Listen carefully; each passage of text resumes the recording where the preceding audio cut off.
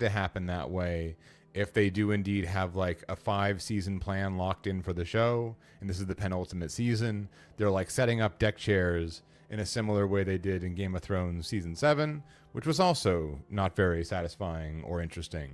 And it creates this dilemma where if you're making an ongoing narrative and you don't know exactly how you're going to end it, then you really only have enough space to do interesting things in the first 2/3 of the story, because then the last third becomes all about, we got to land the plane, we got to nail the ending.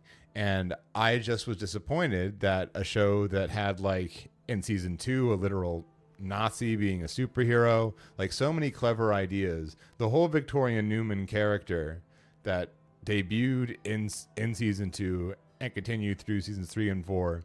Again, very, very cool character, very interesting character, not in the comic at all. Like, they are making interesting choices. And then suddenly, like, people took a bunch of stupid pills, and especially like the last couple episodes of a season 4 were pretty unsatisfying. So I think it's still possible for them to stick the landing in season 5. And Gen V, the spinoff from The Boys, featuring like a bunch of college kids, was actually surprisingly good. It came out, and I knew that I had to watch it because I knew there would be plot elements of it that would come back in The Boys season 4, but I held off on watching it for literally months because I was just like, I don't want to watch this. I'm so over college kids. And then I finally got around to watching it, and Gen V fucking slaps. I would say Gen V was better than The Boys season 4. And so that's kind of what had me worried about The Boys at that point, where it's like they figured out how to have a good time in the playground they created with the toys that they're accustomed to using, but I got the sense they aren't quite sure how to land the plane in a satisfying way, which shouldn't be a big lift because the comic definitely didn't land the plane. The comic was definitely, dreadful front to back, but the ending was especially poor. So I'm just hopeful that the decisions they made in season 4 will lead to a satisfying conclusion. That's all I want from The Boys at this point. Reference to Erwin Rommel, a literal Nazi general, and how they match up in some uncomfortable ways that really make the whole "this is totally not a fashion show" argument not hold up as well as some of y'all think. But that's not the point of this video.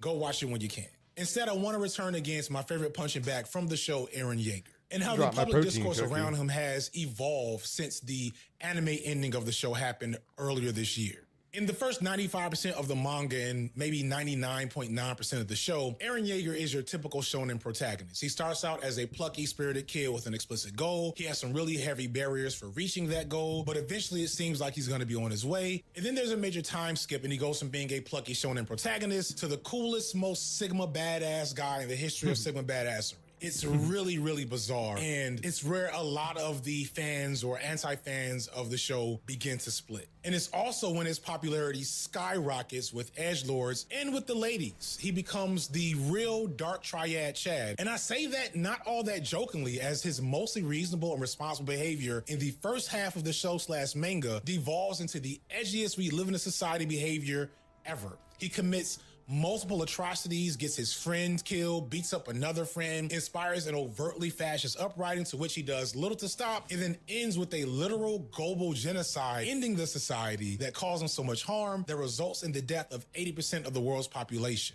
In that regard, he's literally worse than Thanos. He literally killed more humans than Thanos did. No matter what your opinion on Eren or the manga's politics, this ending and the way it was handled with the character was very divisive, but for different reasons to different people. To some, the way Eren's behavior is... This is why I keep going back to comic book writers. To comic book writers that have been effective telling stories in the Big Two comic era. Grant Morrison, Jonathan Hickman. Like, one thing I've noticed that's the through line for all of these great storytellers is they know exactly how the story's going to end before they even begin to put it together. They've figured out the ending. They've understand the point. As English nerds would call it, the thesis. They know the thesis of what they're trying to say, and they know where they're going to get it. Jonathan Hickman has said that he came up with the idea for Secret Wars first, and he worked backwards from that to then build a literal 5-year story spanning 2 Avengers books that then played out in extremely satisfying fashion. He sadly didn't get to have as big of a runway for X-Men, but even for the couple years that he spearheaded the launch of the Krakoan era for X-Men, he knew exactly where it was going as far as Inferno, the last bit of writing he did for it. And it's something that I've noticed consistently undermines potentially great works of literature / writing in any form. Books, manga, TV shows. You really get the sense that, like, if they don't know how it ends and they're just hoping to stick the landing, they're not going to do it. Because what makes for a satisfying ending is that narrative catharsis of arriving there and saying, oh, that's what it was all for. That's the thesis tied off brilliantly with a conclusion at the end. I think this is why English writing, essay writing is a really underrated skill, not because everyone needs to be able to be a good writer, because everybody needs to be able to identify what makes for good writing. You need to be able to actually encounter enough stories to say, oh, that's why some stories are just better than others. It's not the story they're telling, it's the way it's being told. Is depicted as worthy and heroic was a real head scratcher and really made people uncomfortable. And to others, there was still a lot of difficult to understand plot threads that didn't quite come together or weren't very satisfying. But to that specific crowd of edgy boys and horny girls, they hated the way that Eren went from a badass Sigma male to a crying, brain-broken, and confused beta cuck. All the words they like to use for, dudes with actual issues in the course of a few panels. The original intention was to clearly criticize Eren's behavior and him as a character, how he was always meant to be a false hero, not an anti-hero, but a false one. That's straight from the mouth of the story's creator, Hajime Isayama, who alludes to the fact that he sees a lot of himself in Eren and struggles with the confidence of his own work. I didn't think I could become one of the big ones. The only publisher which showed any interest was Kodansha. My self-esteem was so low.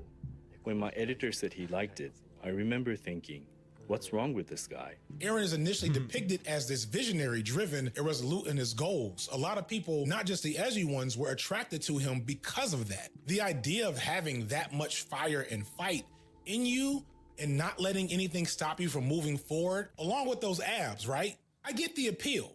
But it's also clear that Eren moving forward was bad for everyone else. And I think some of his fans didn't seem to get or care about this fact as long as they could project their fantasies onto the character. And in the end, when it's revealed that Eren's whole moving forward shtick was an act and he was actually being compelled and controlled by other forces outside of his own, that he was really just a lost little boy, scared at what was happening to him and what he was doing, that really undoes the Sigma iconography and ruin him in his fans' eyes. And you get why, because that is who they really are, and that's not what they wanted from that story and that character. And so this pissed off his fanboys to the point where they were claiming that it had to be fake or saying that Isayama was forced to rewrite it and all kinds of other stuff. And they really hoped that the anime version of the story would fix this obvious mistake and they would get a more satisfying version of the character they fell in love with. But instead, it just got worse. No, break my heart.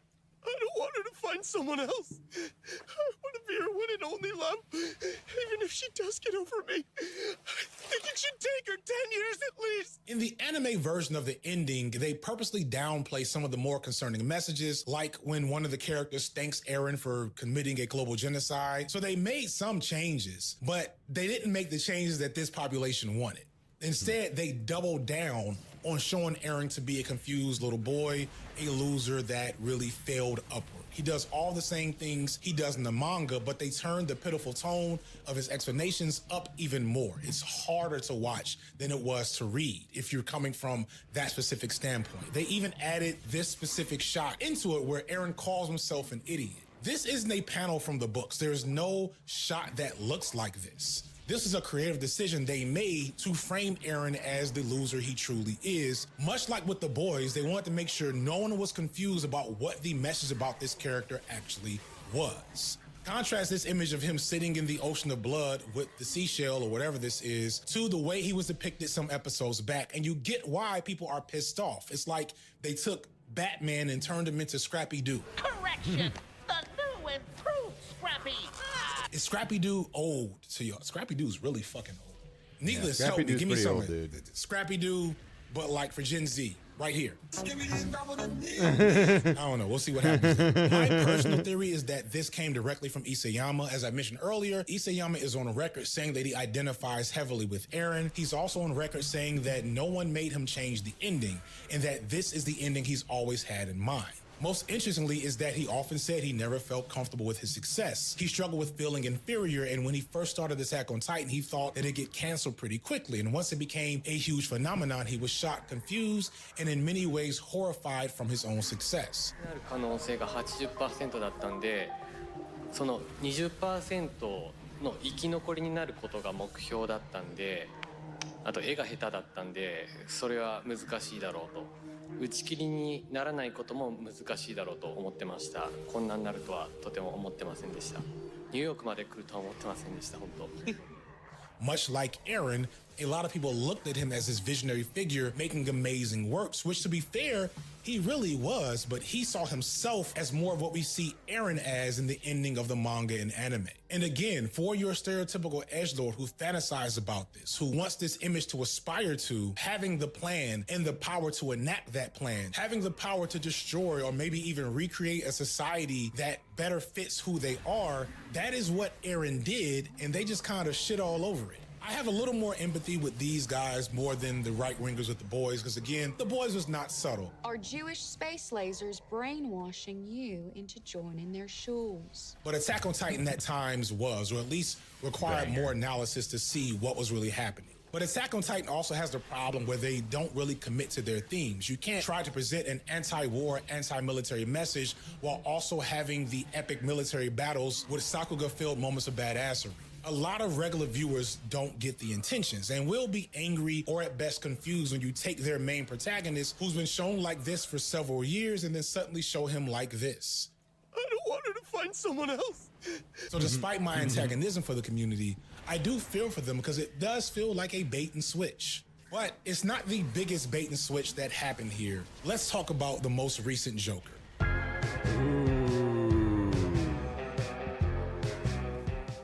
Let's get to the reason why this video was made. Let's talk about the Joker, or Joker 2. Like any good writer, FD knew what he wanted to talk about and worked backwards from there.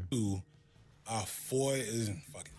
I should have looked up how to pronounce that before I started filming, but I don't care. The movie doesn't deserve it. There's a ton to say about the entirety of the Joker character apart from the two most recent solo movies. As a nerd who grew up in the 80s and 90s, it's interesting seeing how this character has become bigger and bigger and bigger over the last 20 years in pop culture and gone from this campy and over the top, low-key queer-coded character that was beloved but not iconic and idolized as he is now, the legend that is the Joker. Some of that low-key probably has to do with late capitalism, but mostly I think it's from the undeniable high point, which was Christopher Nolan's Dark Knight movie, which gave us the most popular rendition of the character, possibly of all time, in Heath Ledger's Joker. I believe whatever doesn't kill you simply makes you stranger. And the legend of this performance was only made even more prominent when Ledger suddenly died not long after playing the role. The actor Heath Ledger was found dead today in an apartment here in New York City. He was just 28 years old. Which I think he won a Grammy for. Editor, Very correct sad. me, and show a picture of him winning a Grammy or show me looking dumb, whichever one is correct. But this is It's not not to a say the Grammy, it's character's an Oscar, chaotic but fair evil play. elements were not popular before then, because we have something like The Killing Joke, which has always been one of the most iconic Joker stories, even if it actually isn't that good. And at least to me, the biggest reason why the Joker is popular comes from him being a focal point of arguably the best piece of Western animation ever in the Batman animated series that started in the early 90s. Say, when I know you. Sure, Bruce Wayne. Ah, so this is how your family made all those billions. All this to say, the Joker is an amazing character and a versatile one, who, if I'm honest, is low-key made worse by the weird fan base he developed after the Dark Knight movie, because he stopped being this versatile character and started being just the edgelord version of himself. I think it's time for you to take a seat, Batman. Like, I will die on the hill that the Joker the world needed the most that we didn't get was Jared Leto's Joker. I think Jared Leto's Joker would have been like the perfect version of what the Joker really needed to be to bring a lot of this toxic edgelord shit back down to the ground. I think he was seen as so unpopular partly because he was kind of a slap in the face of that toxic edgelord nonsense, instead of giving us what the Joker really would be in real life. If, like, look at Dax, okay? The people that are still acting like that Joker right now. Anyway, no shade, Dax. I'm sorry. That was a little shady. I don't know if Dax deserves that. Ooh, let alone Dax, Diddy. Like Diddy's Joker cosplay a couple of years ago. Yeah. You're a clown! You don't like me, you motherfucking front. Get to it, bitch! You see which Joker he picked. I'm just saying, Jared Leto's not looking so bad right now. What do you do when a side character is... Well, I mean, Jared Leto has his own issues with an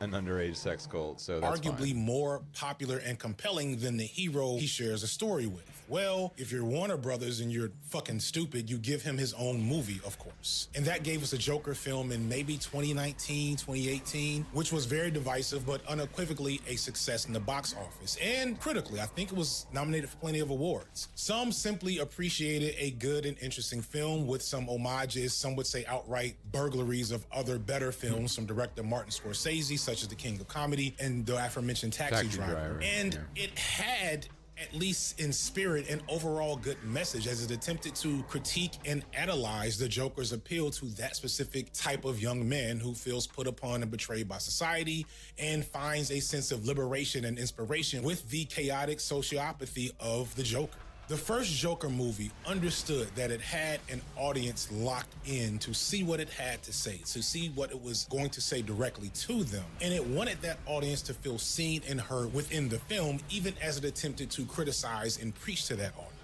Joker was supposed to be empathetic, but fundamentally a negative depiction of that type of ideology and what that ideology leads to. Arthur Fleck, the original, Joker of that universe, is meant to be seen as pathetic and detached and broken and hurt.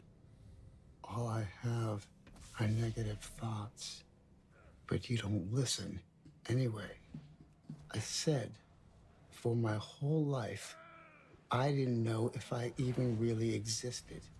And yes, we should empathize with that experience and that disposition and seek ways to address those problems at a societal level. But overall, we need to show that that response is wrong. Arthur Fleck was dealt a horrible hand in life, and it's hard to see him struggle through it with so little help to keep him moving forward and keep him from breaking down. And when he does break down and give in to his delusions and anger, you understand why, and you empathize with the horrible things he does, but you're not supposed to admire and idolize those things. And that, as I'm explaining this entire video, does not work with that core audience. You think men like Thomas Wayne ever think what it's like to be someone like me? To be somebody but themselves? They don't. I remembered watching the movie in theaters and being frustrated because, unlike some others, which, to each their own, I admit the film was very enjoyable. It was well done on a lot of levels, even if it was stealing some of its best parts from other better movies. I wanted to like it, but I knew enough because of my experience and research that the population the film was aimed at would not get the message at all and would become what they became in the preceding years. The Joker is a perfect example of how the angry, sad white man story doesn't work. It makes the mistake of trying to criticize something while making it look either completely justified or incredibly cool or both. Again, the main characters in Breaking Bad, Falling Down, Taxi Driver, Fight Club, American Psycho, and so on. All of these movies purport to say, hey, this is bad, but also, hey, this is badass. And while you here watching me surely are smart enough or, aligned enough with certain political ideology to balance these two elements, many others, especially those who probably need to hear this message the most, don't have that balance and don't see this part of the equation. Arthur Fleck as the Joker in this movie gets to enact brutal and in the eyes of the film, somewhat righteous violence against his bullies and tormentors and society as a whole. And his one inarguably unprovoked and unjustified act of wanton violence is paired with an epic speech that basically boils down to we live in a society where he blames society for the senseless violence that he enacts, literally. Oh, why is everybody so upset about these guys? If it was me dying on the sidewalk, you'd walk right over me. I pass you every day and you don't notice me. But these guys, what, because Thomas Wayne cried about them on TV? Everybody just yells and screams at each other. Nobody's civil anymore. Nobody thinks what it's like to be the other guy. And then after this, he gets multiple iconic scenes Nobody's where he's framed as a civil, hero. bro. Now, maybe these are delusions. Maybe they're not. We don't quite know, as the movie doesn't decide to tell us this. With the most egregious one to me, where he dances on top of a cab surrounded by other people who are like-minded, idolizing him. And yes, after this, he does finally get caught and sent to jail, but he does it with a smile, feeling like he's accomplished something significant. And I know I said that, spree shootings and senseless violence that comes from this specific nebulous group of people is rare, but the people that commit those acts of violence, this is how they imagine things happening when they plan it out. I'm gonna come back to this a little later because you're gonna be surprised how this video ends. But the common criticism to people who critique Joker and films like it is that we don't have good media literacy and that somehow we don't understand that it's not supposed to be idolized the way it is. And again, I want to be clear, this is not an issue of media literacy. I know what the message is supposed to be. I get it. You get it. But if you look at the tweets for people looking at Joker 2, those people clearly didn't get it. And there's an argument to say that this isn't their fault, but the fault of the creators. They don't want to be as challenging to this right-wing ideology and iconography as they say they do. Otherwise, the problem population that likes those stories that are supposed to be criticized within them wouldn't love them uncritically and probably wouldn't watch. Media analysis and comprehension isn't just understanding what a piece of media is saying, it's also understanding what that piece of media is doing. And what a piece of media is saying and doing can often be very different. It's not just knowing what the creator is trying to tell the audience, it's understanding what the audience is actually going to be told.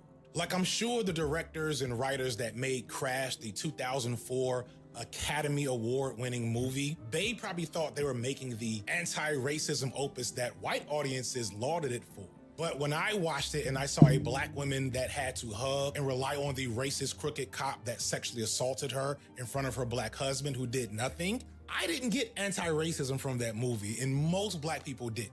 So intention doesn't always match or change impact. Good old Crash. So when it came to Joker, the first one, with edgelords and red pillars and sigmas and all the other, that nebulous group, they did not get the criticism of that worldview from that movie. They got a reinforcement of that worldview. And it seems to me that Todd Phillips took that personally. The very idea that this movie had a sequel had to be somewhat galling to Phillips, who before now was best known for the Hangover trilogy, which, while the first one was good, the final two seems to devolve into this weird, mean anti-humor. I made love to a man with movies. I don't know a lot about Phillips, but what I get from him is that he wants to be seen as a real director and not just the guy who created the Mr. Chow character. Funny fat guy falls on face. I can't call it on how that should work for him, considering the spottiness of his film catalog. Either way, it's clear that he had a score to settle in his head when directing The Joker 2. I've personally floated the idea that the movie is bad on purpose. I don't know if I'll hold on to that take that much going forward, considering that the movie is $200 million, and it's like, who would allow that to happen? But again, we are talking about Warner Brothers, and they are one of the most awfully ran movie studios in existence right now. Don't forget that they vaulted a fully finished movie that people seem to like just to write it off their taxes, among other things. But then you do have reports that Phillips wanted nothing to do with the DC production universe and didn't really report at all to James Gunn during the filming. It was also not screened in a lot of ways before its initial release, so whether or not you think it was bad on purpose, It definitely purposely wanted to alienate its core audience in the way it was done. At a minimum, regardless of what you think about this movie, you have to understand that aside from a couple of really tacked on feeling elements, it does not want to be seen as a comic book adjacent superhero world movie. It does not play into that world much throughout the film. That it was sort of an anti-comic book movie, so to speak. That it was a character study, a deep dive, and really a movie, you know, that explored mental illness, that explored compassion, that explored all these sort of things we wanted to do under the guise of a comic book film. In fact, I'd argue it does a lot of things to purposely alienate itself from anything related to those types of movies. First and foremost, for no apparent reason, Joker 2 is a musical.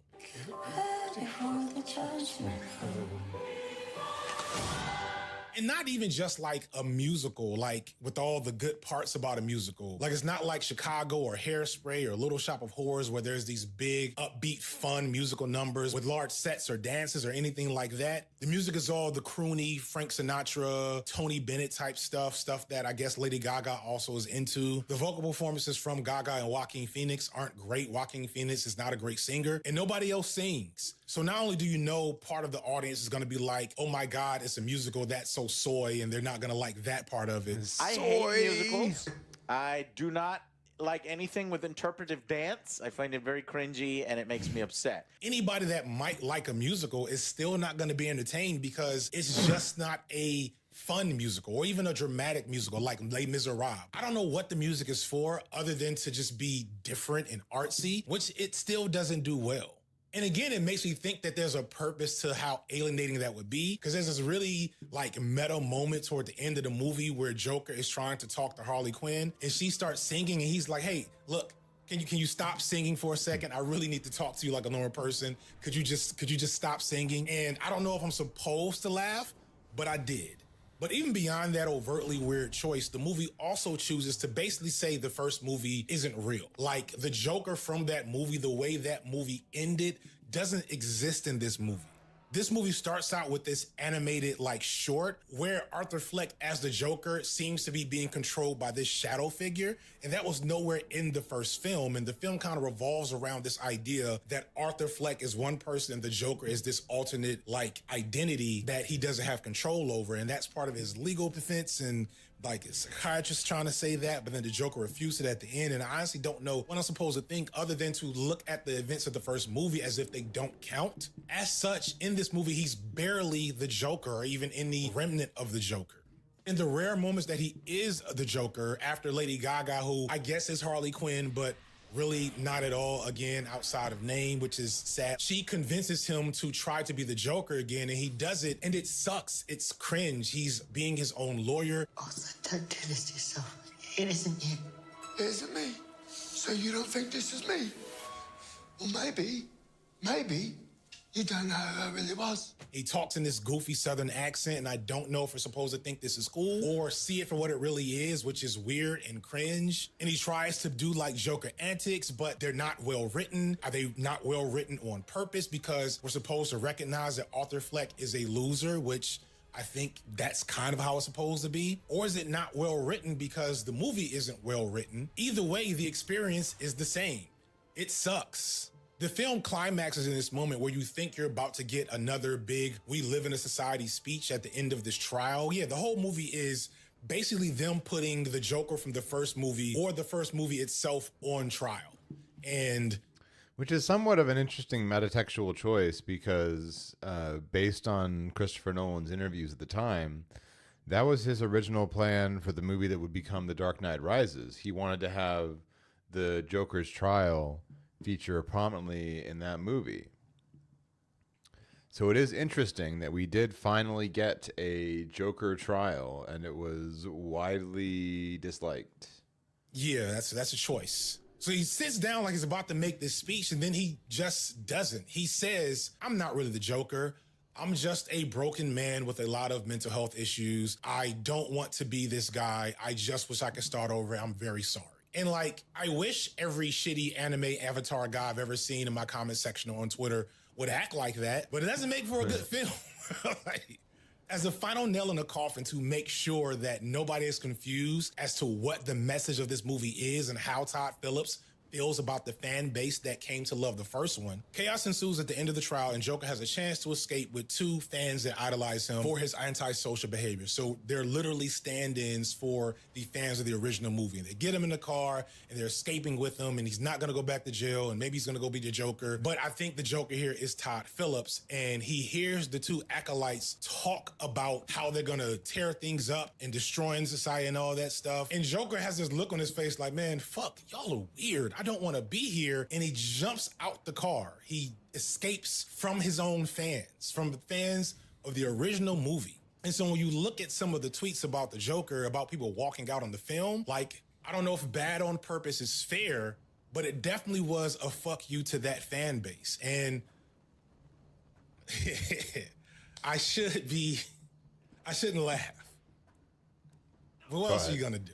And I wish I could keep laughing. I wish I could just take this moment to gloat about being right here, right? But then I tried to actually make a video out of this victory lap. So how's this for a plot twist? I'm wrong. This video started out as a B-sides where I would, do a victory lap on those previous takes on the topic after seeing the response in real life people. Like I don't think Todd Phillips or anybody that wrote The Boys saw my old Edgelord video, but I definitely feel like they felt there was a need to be more explicit and direct with their messaging so that they wouldn't be criticized the way that I tend to criticize this type of media. But as I wrote it, more ideas developed, and then I thought about the Attack on Titan thing, and I did a victory lap about that already.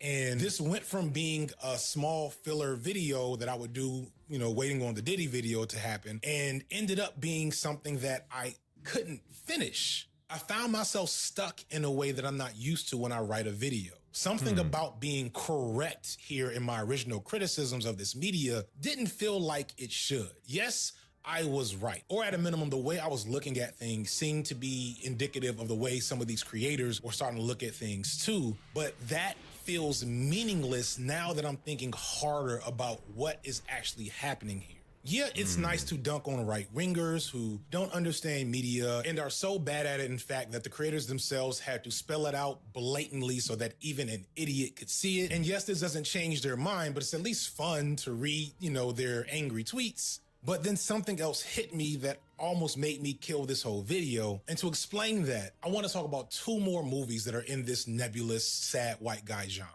These two movies are Nightcrawler starring Jake Gyllenhaal and Drive starring Ryan Gosling. I may have actually gotten these dudes mixed up, to be honest with you. They're darn near interchangeable. The movies are different, but even their posters are damn near the same. And both films follow morally dubious, Sigma male-coded, lonely, sad white guy protagonists that fight to survive and make sense of a world that has no real place for them, yada, yada, yada. I don't know how long this video is, but you know. Beyond that premise, the two films, though, are very different in how they engage with that archetype. In Nightcrawler, Jake Gyllenhaal's Louis Bloom character is presented to us in a Nightcrawler, one of the best movies I've ever seen.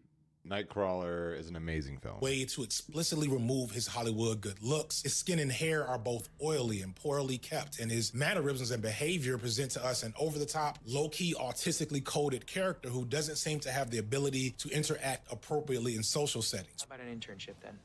A lot of young people are taking unpaid positions to get a foot in the door. That's something I'd be willing to do. I'm not hiring a fucking thief.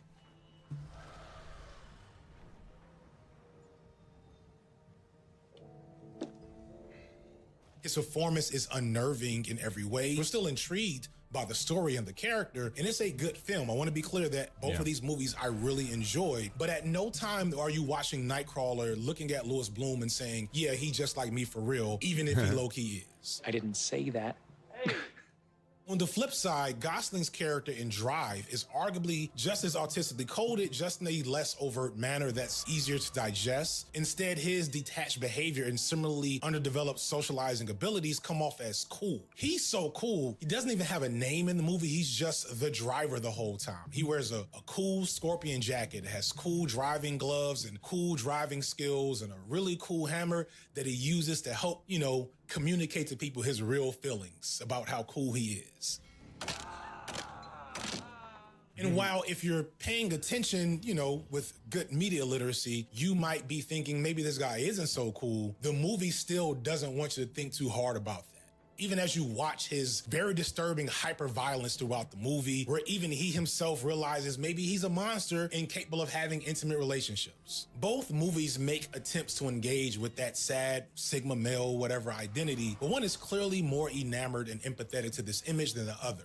One leaves no room, much like The Boys and Joker 2, for how the audience is meant to feel. Both are good, but only one is likely to develop a certain type of fan base. The thing is, while people with views similar to mine may be less critical of the way that Nightcrawler engages with this archetype, it doesn't matter either way to these right-wing edgelord type people in question. It won't stop them from ignoring the message of Nightcrawler altogether or ignoring subtext in Drive. It won't change their mind. It won't stop them from being assholes online. It won't stop them from recruiting and getting people to fall deeper into reactionary online spaces. From the angle that I present up until this point, this movie does things the right way, but what difference does that actually make?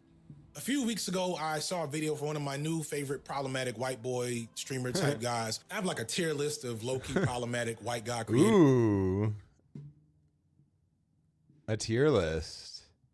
Surprised Movie Bob isn't lower.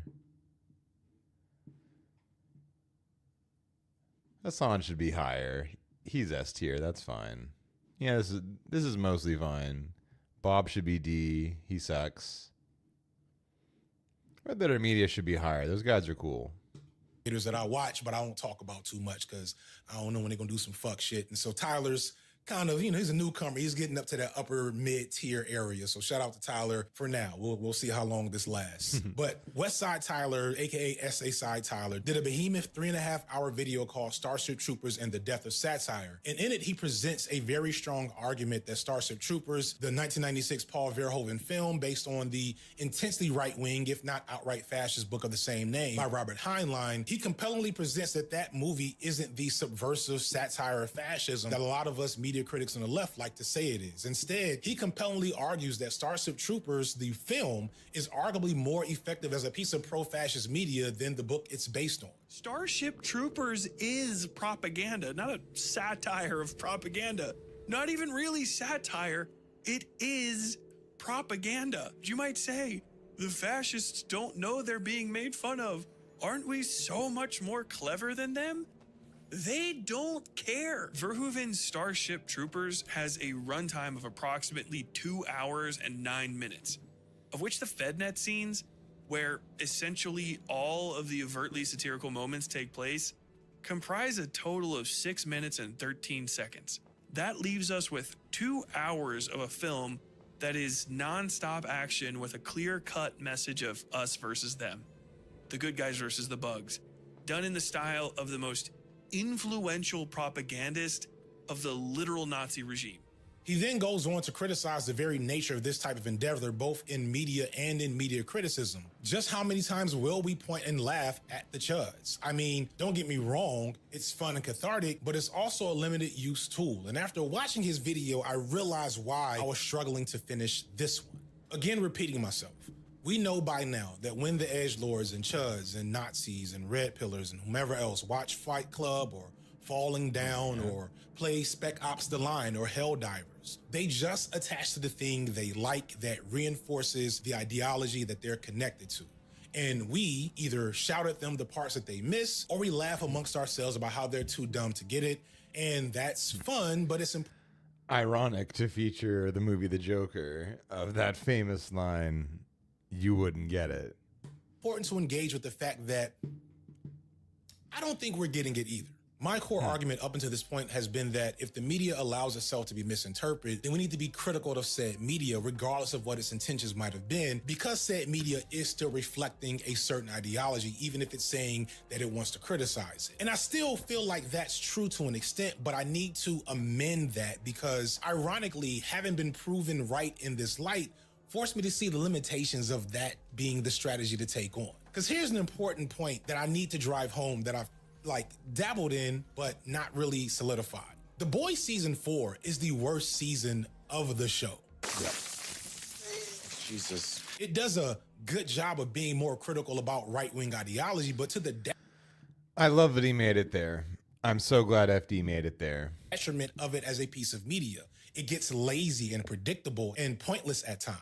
The troll farms are already digging up fringe anti-Starlight content and injecting it into the mainstream. So far, Starlight's progressive jihad and hashtag arrogant white feminism are showing promise. We need the algorithm to find the most receptive users, then blast the articles to the top of their social feeds until 100 million people are outraged by Starlight for reasons they can't even explain. And I'll still argue that Attack on Titan is good, right? But the changes they made to the end of the anime version don't fix the ending at all. It just makes it more galling and glaring how the character of Eren Yeager was written. And Joker, A Foy de la Lou, whatever, is the worst movie I've seen in theaters in years. It is genuinely really, really bad and boring and meandering and pointless, even as it makes points I agree with, and the first one made points I hated. At their core, all of these examples I presented still fail to do anything about addressing their flaws, if not just for the fact that they're weak pieces of media. Further, Fight Club is good. Taxi Driver is good. Breaking Bad is good. Rick and Morty, and yes, even the first Joker are good in their quality, regardless of the flaws in their messaging. So no, the response from creators shouldn't be to do what the Joker 2 did, or what The Boys Season 4 did, or what Attack on Titan did. If these media really wanted to address the audiences that misunderstood them, they should have first been good, and therein lies the question, can you make something good that still accomplishes the intended goal? And I answered that by talking about those other two movies, Drive and Nightcrawler. No, they still wouldn't get it. So if there's really no fixing that problem through the media, I'd rather watch something well made and entertaining with bad politics than watch something poorly made and boring with good politics. Yep. Especially if all I'd end up getting out of it is the smug satisfaction of being right. Because I gotta tell you, Hey, he said it. We gotta never forget to Keep that little smug. Keep that little smug. here on the left, that smug satisfaction of being right is getting us killed. So what is an actual solution here? What is my updated and amended take on all this stuff? Should no bread tuber ever again make the X media is bad and here's why video? No, in fact, we probably still need more but better versions of that with maybe just some tweaks. In the conversation on the Signified Podcast channel, I talked to one of my mentors, Diallo Kenyatta. He makes this point that sharing knowledge and educating really isn't enough considering the state of affairs for our world right now. So our problem is not lack of education. Our problem is we don't have counter indoctrination and counter propaganda. This is not simply about teaching a student. It's about waging intellectual and psychic warfare. If it was simply a matter of miseducation and I could just sit everybody around and simply tell them false facts versus fiction and present them with the evidence, that would be a very easy task. We have to be Propagandists. and we have to employ counter indoctrination. It's not a fair fight. That's Hassan Piker right there, baby. Yeah, we definitely need to continue to deconstruct these stories. That's and Hassan pull out their Piker meanings right and put them on there. display for everyone watching to see and understand better than maybe they would have without our help. But as Diallo speaks to here, we need counter indoctrination. We need counter propaganda. We need less stories about sad white men that save today with inherently right-wing antisocial behavior where we say, see, look how bad that is and look how good we are for noticing it. Instead, we actually need stuff where we imagine the world we're fighting to see coming into fruition and imagine battles we actually have to win that world. We need more stuff like Star Trek. Shout out to Jesse Gender. We need a world where they've already fixed so many of the problems that we suffer under now, and they're just adding new shit because they're traveling into space. We need more stuff like Sorry to Bother You and I'm a Virgo from Boots Riley, where revolutionary action is imagined, even if it's in absurd and bizarre ways. That's what we should be talking more about. The stuff that's actually good, not good actually. You get it? But that also requires a bit of reframing about the way us as creators and consumers. We're pivoting into the Nebula ad break here. It's about to be a plug for Nebula. About media What a and twist. media critics. One thing I had to understand while making this About is to be a that plug for Nebula. Media reflects culture and society. It's a product of social attitudes, not a producer. The stories that we tell that include bad politics don't cause bad politics. They're the effect of bad politics. And we forget that when we do our analysis and explain why thing bad is bad.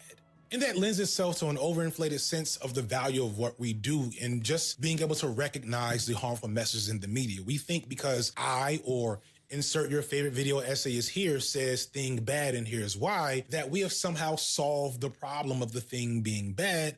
But that's not the reality. The reality is that we live in a society.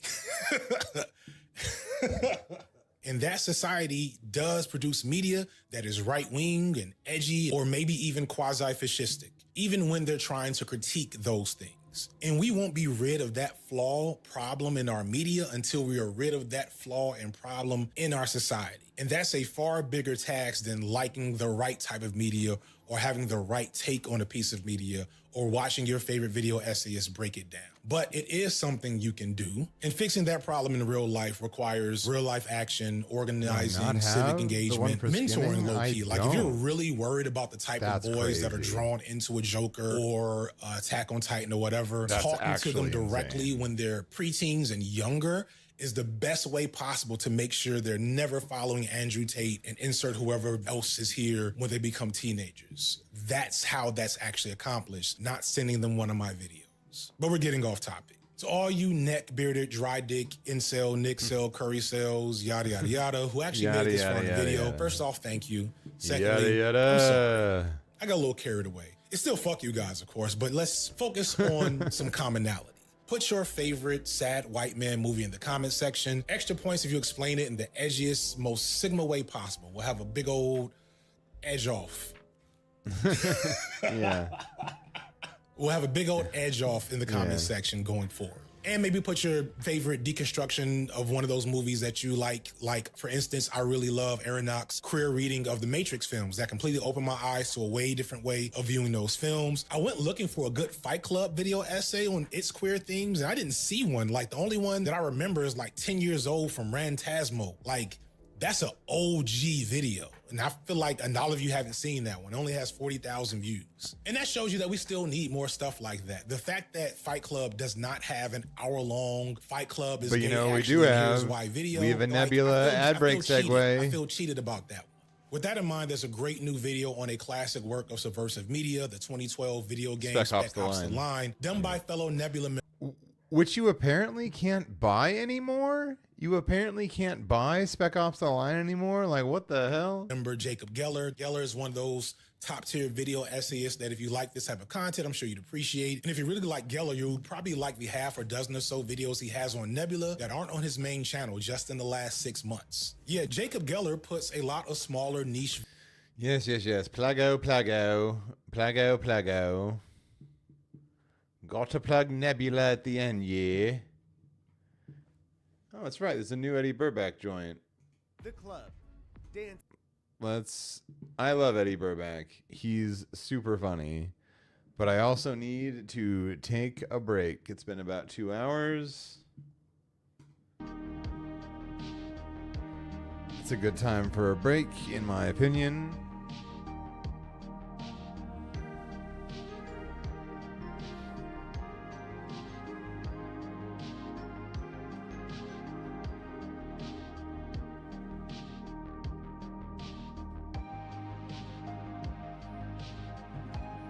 So let's mail off these various missives. I still need a skinning one.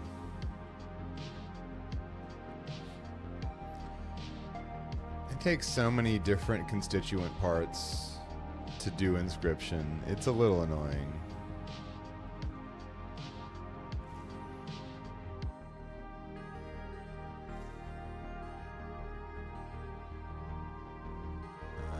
Skinning.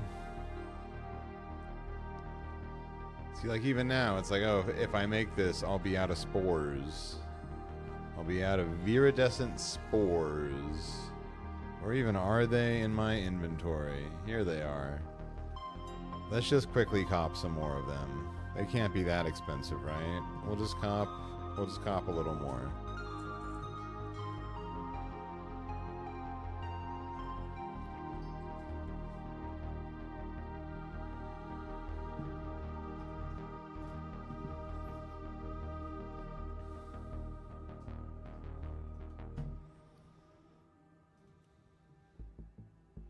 There we go.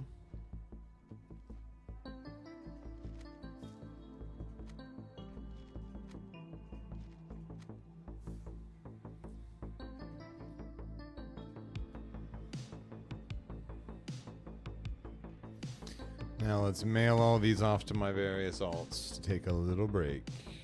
Take a little break.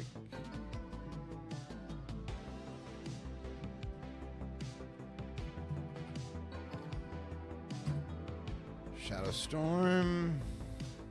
Wait, these are soulbound? Dude, I'm so stupid. I forgot you have to make these through the fucking... this fucking game, dude, and its systems. Bleh. Why would these be soulbound? So annoying. I'm so stupid. I haven't made missives in so long I forgot, or I haven't made treaties in so long I forgot how they worked. That's giga annoying. Wasted all those materials. Bummer.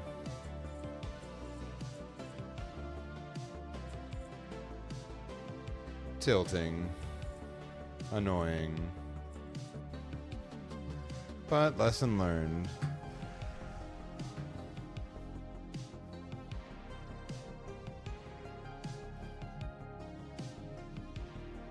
They will have to request them here instead. I wonder if my main got his bracers recrafted. I did post in my guild chat about that. Let's check on that before we take our break. Not really in the spirit of alt extravaganza, but I want to know.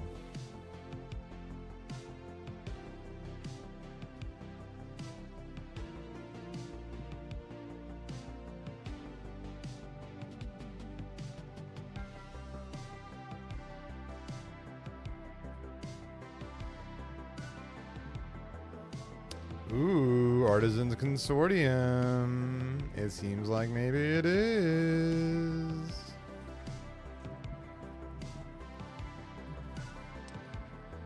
Perfect. Perfection. 629 eye level. You love to see it. Yeah, my main's really coming together. My main is really looking shiny as hell. I do think it's still strictly better for me to have a crafted cloak and an embellishment on that. But this is a decent cloak. It gives me some survivability.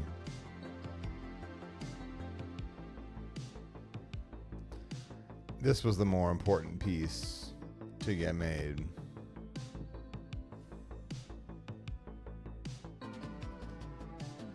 Maxed out our myth piece. We need what? 2 more 10s? No, we've already got them. We've already got our 10s on this guy for the week. Holy smokes. Our main is in the best position. It reminds me of a fortune from a fortune cookie my friend in high school once got that said, "You will be in the best position." The cookie did not go into detail on that front. Maybe when I come back, we'll do some tanking. That might be interesting. I do kind of want to do some tanking now that I'm here in this moment. Now that I'm here in this moment asking what's next, what I want to do next. I think I want to do some fucking tanking. This monk tier 2 is really sick. After buying the Hunter one, my top priority, this was next on my list. My talking cat, much to love about my monk. Yeah, we'll do that. We'll go ahead and take a break to make pee-pee, make pee-pee. Feed the sweet babies, all that good stuff. Probably gonna be about a 10-minute break would be my guess. But I will return. I will be back. And it was so good to see Disjoint in the chat, by the way. Every broadcast is better when Disjoint drops by. What a ledge. What an absolute ledge. Be right back.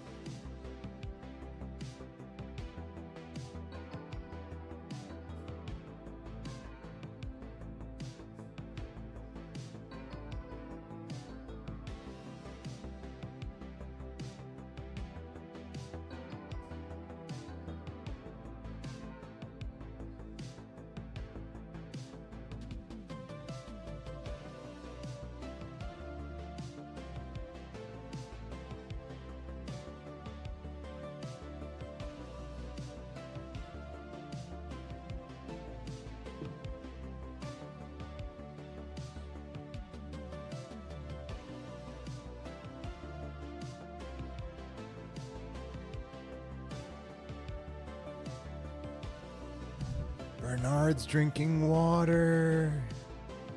Bernard's drinking water. My boy, he's drinking water.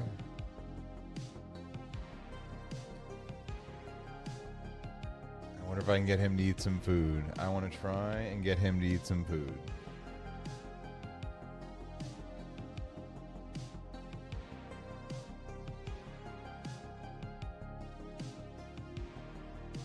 My boy's drinking water, chat.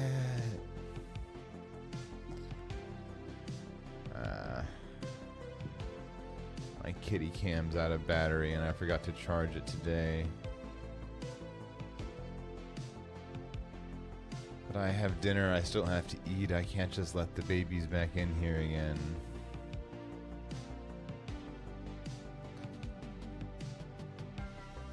Okay. I've got a plan. It's gonna mean I need more break time, and I'm very sorry about that.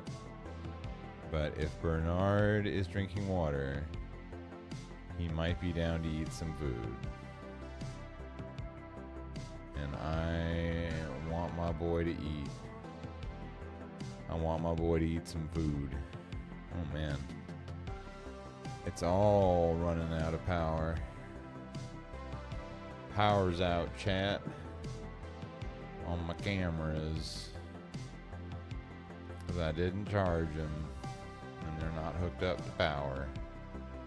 Oh man, everything's running out of power. My God. I should probably pick one to charge overnight. Okay. Need a bit more of a break.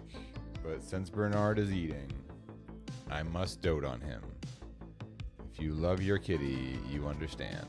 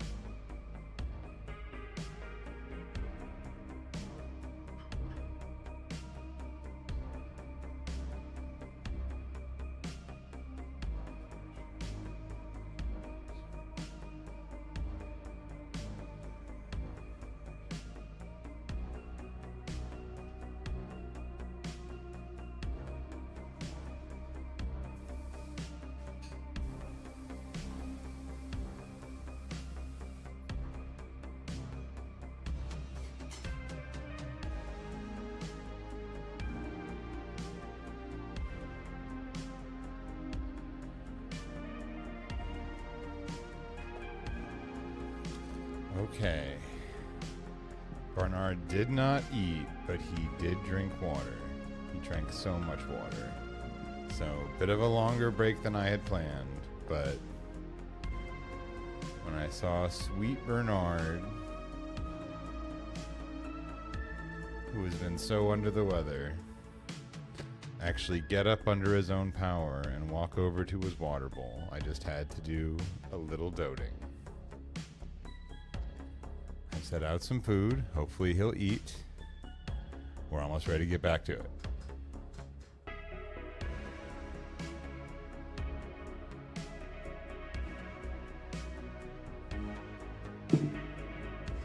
Because I still gotta eat. I still gotta eat my dinner. I can't let the Musketeers